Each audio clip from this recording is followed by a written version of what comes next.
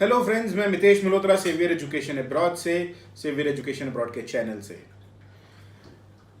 ये वीडियो हमारा Australian student visa series का अगला वीडियो है। इसके अंदर हम एक मेन इंपॉर्टेंट चीज़, इसकी वजह से बच्चों का वीज़ा आता भी है और रिफ्यूज़ भी होता है, यानी कि डॉक्यूमेंटेशन, उस पर बात करेंगे।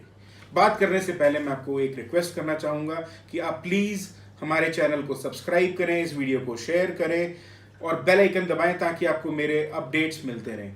आपकी ये अप्रिसिएशन ही हमें आगे बढ़िया से बढ़िया वीडियो बनाने के लिए पुश करेंगे। Thank you. So let's come back to the documentation.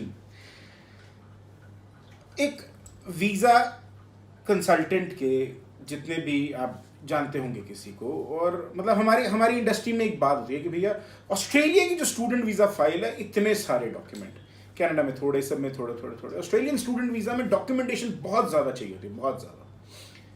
और यहाँ पर वीज़ा भी इसी वजह से आता भी है और कभी रिफ्यूज़ भी हो जाता है। तो इसको आप बहुत ध्यान से सुने, इसको बहुत ध्यान से इसके पॉइंट्स नोट कर लें। अगर आपने मेरे वीडियो को शुरू से लेकर एंड तक सुन लिया और इसके पॉइंट्स लगा दिए तो हाईली प्रोबेबल आपको वीज़ा मिलेगा ही मिलेगा। कभी भी वीज़ा 100% गारंटी नहीं हो सकता, बहुत सारे सर्कमस्टांसेस होते हैं, कई बार चीज़ें खराब ही चल रही होती है तो वीज़ा रिफ्यूज़ भी हो सकता है, कई बार हमारी अपनी लक पे भी डिपेंड करता है। बट यस, 99% जो आपके हाथ में वो डन हो जाएगा। मेरी गारंटी है कि 99% पक्का हो जाएगा अगर आप इन सब डॉक्यूमेंटेशन पे ध्यान रख लेंगे। चलो लेट्स स्टार्ट। डॉक्यूमेंटेशन दो तरीके के होते हैं जी। एक है एकेडमिक डॉक्यूमेंट, दूसरा है फाइनेंशियल डॉक्यूमेंट, तीसरा एक सबसे बढ़िया डॉक्यूमेंट, एक सबसे मेन डॉक्यूमेंट जो चाहिए हमारा पासपोर्ट। ध्यान रखें कि मिनिमम 6 मंथ की एटलीस्ट वैलिडिटी हो उसके अंदर। वैसे तो ज़्यादा ही करे तो बहुत बढ़िया है, लेकिन 6 महीने से कम है तो वीज़ा नहीं आने का ध्यान रखें। तो हम बात आती है एकेडमिक्स एंड फाइनेंशियल डॉक्यूमेंट्स। पहले बात कर लेते हैं एकेडमिक्स डॉक्यूमेंट की। एकेडमिक डॉक्यूमेंट कई बार हमें जैसे होता है कि यूनिवर्सिटी असेसमेंट लेवल 1 है, लोग कहते हैं नहीं जी हमें तो एकेडमिक डॉक्यूमेंट भी नहीं लगाने यहाँ पर, या हम असेसमेंट लेवल 1 कंट्रीज में एकेडमिक डॉक्यूमेंट नहीं लगाने। आप प्लीज़ लगाएं। एक चीज़ में मैं और ऐड कर देता हूँ, मैं इसका कंटेंट स्टार्ट करने से पहले मेन, कि अगर आप किसी भी ऑस्ट्रेलियन हाई कमीशन के ऑफिसर से बात करेंगे, आप किसी भी कंट्री में रहते हैं, चाहे आपकी कंट्री असेसमेंट लेवल 1 है, 2 है कि 3 है, आप किस मर्जी यूनिवर्सिटी में अप्लाई करें, चाहे आपकी यूनिवर्सिटी असेसमेंट लेवल 1 है, 2 है, 3 है, वो कहते हैं भैया प्लीज़ डॉक्यूमेंट लगाएं, हम आपको डिसीजन देने में थोड़ा जल्दी करेंगे। मैं ये नहीं कह रहा हूँ कि अगर आप असेसमेंट लेवल 1 यूनिवर्सिटी में लगा रहे हैं और आपको डॉक्यूमेंट लगाने की जरूरत नहीं है और आपको वीज़ा नहीं मिलेगा। अगर आपने नहीं लगाया तो वीज़ा मिल सकता है, मिलेगा भी, बट इससे ज़्यादा चांसेस हो जाते हैं कि आपको वीज़ा मिले। मतलब आप सील कर देते हैं उसको, कोई वाटर लीक होएगा ही नहीं कहीं से, आपको वीज़ा रिफ्यूजल चांसेस रहेंगे ही नहीं कहीं से। तो आप डॉक्यूमेंट जरूर लगाएं। आप जो भी डॉक्यूमेंट लगवा रहे हैं उसको नोटरी टेस्ट करा हुआ लगाना चाहिए। मेरी एक और सलाह है एक्स्ट्रा, कि आप अपने डॉक्यूमेंट को वेरीफाई करवा लें। जैसे कि अगर आपने 12th का एग्जाम दिया है, अपनी यूनिवर्सिटी का एग्जाम दिया, वो ऑनलाइन भी होगा अवेलेबल, तो उसका एक स्क्रीनशॉट लेकर जिसमें उसका वेब एड्रेस लेकर वो भी साथ में फाइल के साथ अपलोड करना एक अच्छा साइन रहता है। या फिर आप एडमिट कार्ड लगा दें ताकि उनको लगता है कि हाँ ये जेन्युइन है यार, ये तो मतलब बच्चा पढ़ ही रहा है। प्रिंसिपल से लेटर भी लिखवा सकते हैं, आपकी LOR लेटर ऑफ रेफरेंस मिल जाएगी भी, प्रिंसिपल स्कूल का प्रिंसिपल कह रहा है कि हाँ जी मेरे स्कूल का बच्चा था, पढ़ता था, ये वेरी गुड। तो इससे एक क्रेडिबिलिटी साउंड होती है। और देखिए वीज़ा ऑफिसर आपसे मिल नहीं रहा, वो आपको जानता नहीं, उसके लिए आप एक केस है, एक फाइल है और उसके पास बहुत सारी फाइल है। आप अलग कैसे साउंड होंगे, आप अलग कैसे दिखेंगे? आप अलग वैसे ही दिखेंगे कि अगर आपकी फाइल में कुछ एक्स्ट्रा एफर्ट होगा। मैं सब कुछ एक्सप्लेन कर रहा हूँ और इसको देख के समझिए। तो ये एकेडमिक वाला तो बहुत सिंपल सा ही है। और इसमें एक चीज़ जो रह जाती है वो होता है गैप एक्सप्लेनेशन। गैप एक्सप्लेनेशन क्या होता है कि सर मैंने 2016 में ग्रेजुएशन कर ली, अब मैं 2020 में वीज़ा लगाने जा रहा हूँ। अगर मैं 2020 में वीज़ा लगा रहा हूँ और 2016 में मेरी ग्रेजुएशन, तो 4 साल मैंने क्या किया वो मुझे एक्सप्लेन करना पड़ेगा। मैंने SOP में तो एक्सप्लेन कर दिया, लिख दिया जी मैं यहाँ पे नौकरी करता है वो। अब इस नौकरी का मुझे प्रूफ भी देना पड़ेगा। प्रूफ क्या चाहिए उनको प्रूफ चाहिए कि क्या आपकी सैलरी बैंक अकाउंट में जा रही थी। जी हाँ, अगर जा रही थी तो उसकी बैंक स्टेटमेंट लगाएंगे आप वहां से लेकर अपना ऑफर लेटर लगाएंगे। फिर एक जॉब कॉन्टिन्यूएशन लेटर मिलता है एम्प्लॉयर से, वो लगा सकते हैं। आप फॉर्म 16 लगा सकते हैं, आप इनकम टैक्स रिटर्न्स लगा सकते हैं। बहुत कुछ जो ऐसा प्रूफ जो किसी गवर्नमेंट साइट पे प्रूफ होता हो। ऐसा कुछ नहीं कि भैया एक जाली सी कंपनी का लेटर लिया और उस पर लगा दिया कि हाँ जी मैं यहाँ पे काम करता था और मेरे को कैश में सैलरी मिलती थी। तो समझ जाएं कि जो वीज़ा ऑफिसर है वो आपसे ज़्यादा स्मार्ट है। उसके पास 1 2 3 4 फाइलें नहीं, उसके पास सैकड़े हजारें फाइल आती हैं।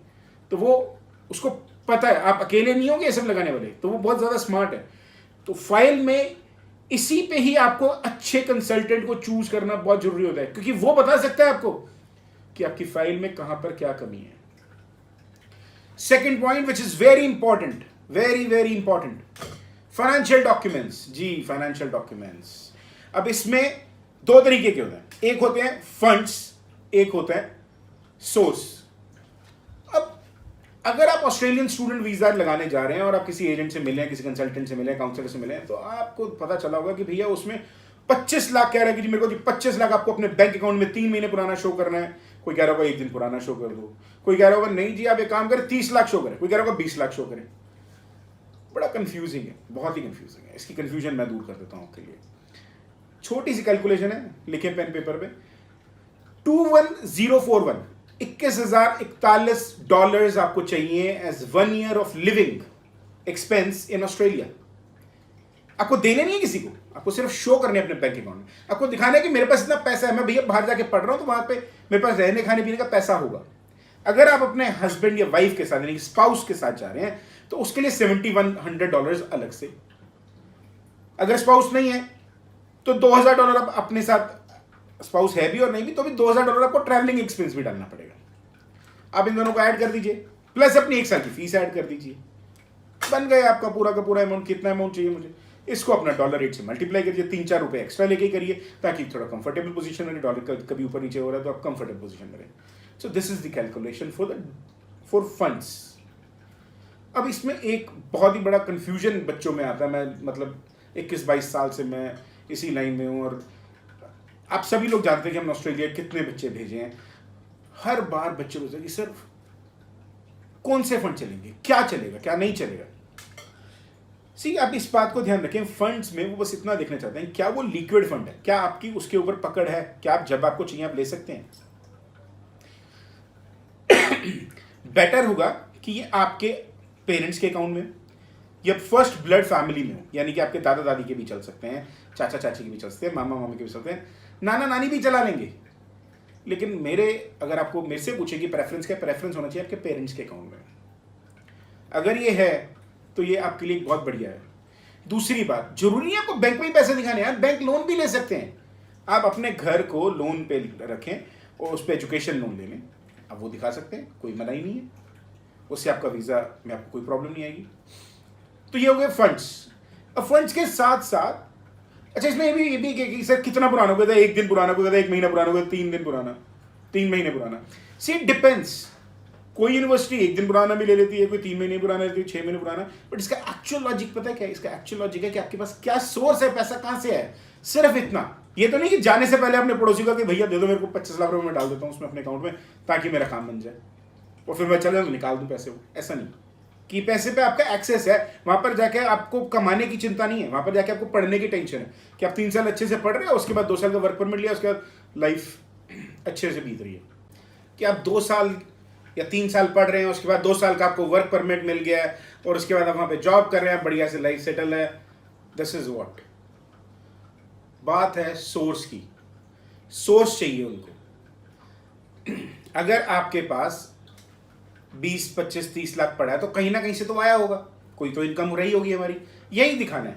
अगर आपके फादर या मदर, पेरेंट्स आपके बिजनेस करते हैं, जॉब करते हैं, तो उनके पास ITRs होंगे, वो बिजनेस के प्रूफ होंगे, जैसे कि GST रजिस्ट्रेशन है, जैसे कि इनकम टैक्स रिटर्न्स हैं विद कंप्यूटेशन, बैंक स्टेटमेंट्स हैं, यही सब लगाना है उनको बताने के लिए कि जी हाँ हम बिजनेस करते हैं, हमारा एक लेजिटिमेट बिजनेस है, एक जॉब है मेरे पेरेंट्स की, वहां से वो अर्न करते हैं, अर्न करने के बाद ये हमने पैसे जोड़े और ये वो मेरी एजुकेशन पे लगाएंगे, मैं वहां पर जाकर इन पैसों को एक्सेस कर सकता हूं। ये नहीं कि अभी मेरे पेरेंट्स से 25 लाख रखे हैं और बाद में कभी मेरे को देंगे नहीं वो पैसे। इसका मेन ध्यान रखना चाहिए। अगर हम एग्रीकल्चरिस्ट है, अगर हम विलेज में हमारा कुछ एग्रीकल्चर है, फार्मिंग करते हैं, तो वहां पर 2 चीजें हमारे पास जमाबंदी यानी कि लैंड रिकॉर्ड होना चाहिए कि कितने एकर्स ऑफ लैंड, कितने किले जमीन के मेरे पास हैं जिसपे मैं एग्रीकल्चर करता हूं। अगर मैं एग्रीकल्चर का वो लेता हूं और उसको बेचता हूं तो उसके बदले में कुछ J फॉर्म मिलते हैं। फिर तीसरी चीज़ है, वहाँ पर मेरे को तहसीलदार का एक सर्टिफिकेट, इनकम सर्टिफिकेट लगता है कि तहसीलदार कहते हैं कि जी मेरे एरिया में 7 किले ज़मीन के या 7 एकड़ लैंड के या कुछ भी जो भी आप करना चाहें उसका कितना इनकम आता है वो लिख के देगा, क्योंकि एग्रीकल्चर में इनकम टैक्स रिटर्न नहीं भरी जाती, तो इसमें तहसीलदार का सर्टिफिकेट चल जाता है। ये सारे प्रूफ ये प्रूव कर देंगे कि जो फाइनेंशियल्स मैंने लगाए हैं वो जेन्युइन है, वो मेरे अपने हैं, मेरे पेरेंट्स मेरी पूरी एजुकेशन को सपोर्ट कर सकते हैं। अगर मैं यहाँ पर इनको प्रूव कर रहा हूँ तो मेरा Australian student visa almost done है, वो मेरे को मिलेगा ही मिलेगा। बहुत सारी चीज़ें दोस्तों इसमें ऐसी भी होती हैं, जैसे कि हमें लगता है कि हाई कमिश्नर में जो ऑफिसर बैठे हैं उनको पता ही नहीं है कि मार्केट में क्या हो रहा है, उनको यही नहीं पता कि झूठा या सच्चा डॉक्यूमेंट क्या होता है। To add to your surprise I would like to tell you कि वो मार्केट सर्वे भी करते हैं, वो चुपचाप से मार्केट में जाते हैं, मिलते हैं एजेंट्स को, एज ए स्टूडेंट समझते हैं कि क्या झूठे डॉक्यूमेंट चल रहे हैं, वो इन सब चीज़ों को जानकर आपके फाइल को चेक करते हैं, इनका इंटेलिजेंस डिपार्टमेंट भी होता है। तो प्लीज़ आप ध्यान रखें कि हाई कमीशन में कोई झूठ ना बोलें, कोई झूठा डॉक्यूमेंट ना लगाएं, वीज़ा आए या ना आए, रिफ्यूजल ना लें। मैं ऐसे बहुत सारे बच्चों को जानता हूं जिनको नेचुरल जस्टिस मिला। नेचुरल जस्टिस मतलब वो कहते हैं या तो प्रूव करके बताएं कि ये कंपनी में असली में है कि नहीं है, जिसने आपको 3 साल का वर्क परमिट जिसका हमने लगाया हुआ है, जिसका 3 साल का आपने वर्क एक्सपीरियंस लगाया, प्रूव करें कंपनी है कि नहीं है। ऐसा प्रूव कर ही नहीं पाते और उस वजह से वीज़ा रिफ्यूज हो जाता है। तो ये ध्यान रखें कि जो डॉक्यूमेंट एकेडमिक्स का, तभी मैं कह रहा हूँ प्रूफ लगाएं, फंड्स का मैं तभी कह रहा हूँ प्रूफ लगाएं, बैंक की लेटर होनी चाहिए कि बैंक एक ईमेल दे रहा है वो साथ में लग जाए। एक तो बैंक उस पर लिख के दे रहा है, बैंक से वेरिफिकेशन भी करवा लो, मतलब हर चीज़ का वेरिफिकेशन, इनकम टैक्स रिटर्न का वेरिफिकेशन हो सकता है, फॉर्म 16 का वेरिफिकेशन हो सकता है, बिजनेस प्रूफ का वेरिफिकेशन हो सकता है, वेरिफिकेशन की लिंक दे देनी चाहिए, उस साइट पे अपलोड कर देनी चाहिए हाई कमीशन की। ये सारी चीज़ें ऐसा प्रूफ होंगी कि आप जब हर चीज़ का प्रूफ खुद ही दे रहे हैं तो आपने कुछ गलती करी नहीं होगी, कुछ डॉक्यूमेंट प्रॉब्लम नहीं होगी और आपको वीज़ा मिलेगा ही मिलेगा। मैं आपको रिकैप करवा देता हूँ दोस्तों, मेरे इस पूरे वीडियो में क्या था। हमारे इस पूरे वीडियो में हमने डॉक्यूमेंटेशन पे बात करी, जिसमें हमने एकेडमिक्स में बात करी कि हमें एकेडमिक्स डॉक्यूमेंट होने चाहिए, साथ में प्रिंसिपल का लेटर है, लोअर आ जाए, और अगर वो नोटरी टेस्ट हो, गैप की एक्सप्लेनेशन, गैप के प्रूफ, जो हमने गैप की एक्सप्लेनेशन दी थी एसओपी में, उसके प्रूफ लगने चाहिए यहाँ पर, चाहे वो सैलरी स्टेटमेंट है, चाहे वो बैंक स्टेटमेंट है, चाहे आपकी ITR है, चाहे फॉर्म 16 है। फिर हमने बात करी फाइनेंशियल डॉक्यूमेंट्स की, जिसमें मैंने आपको बताया कि फंड्स कैसे कैलकुलेट होते हैं। 21041 यानी $21,041 एक सिंगल आदमी की लिविंग वो चाहते हैं। अगर आप स्पाउस जा रहे हैं तो 7100 स्पाउस के, $2000 वो मानते हैं each person for travelling, plus 1 year fees को जोड़ देंगे तो आपका फंड्स का कैलकुलेशन हो जाएगा। इसका सोर्स होना बहुत जरूरी है, एक दिन, 2 दिन, 3 दिन, 4 दिन पुराने, वो सब चीज़ें सोर्स पे डिपेंड करती हैं।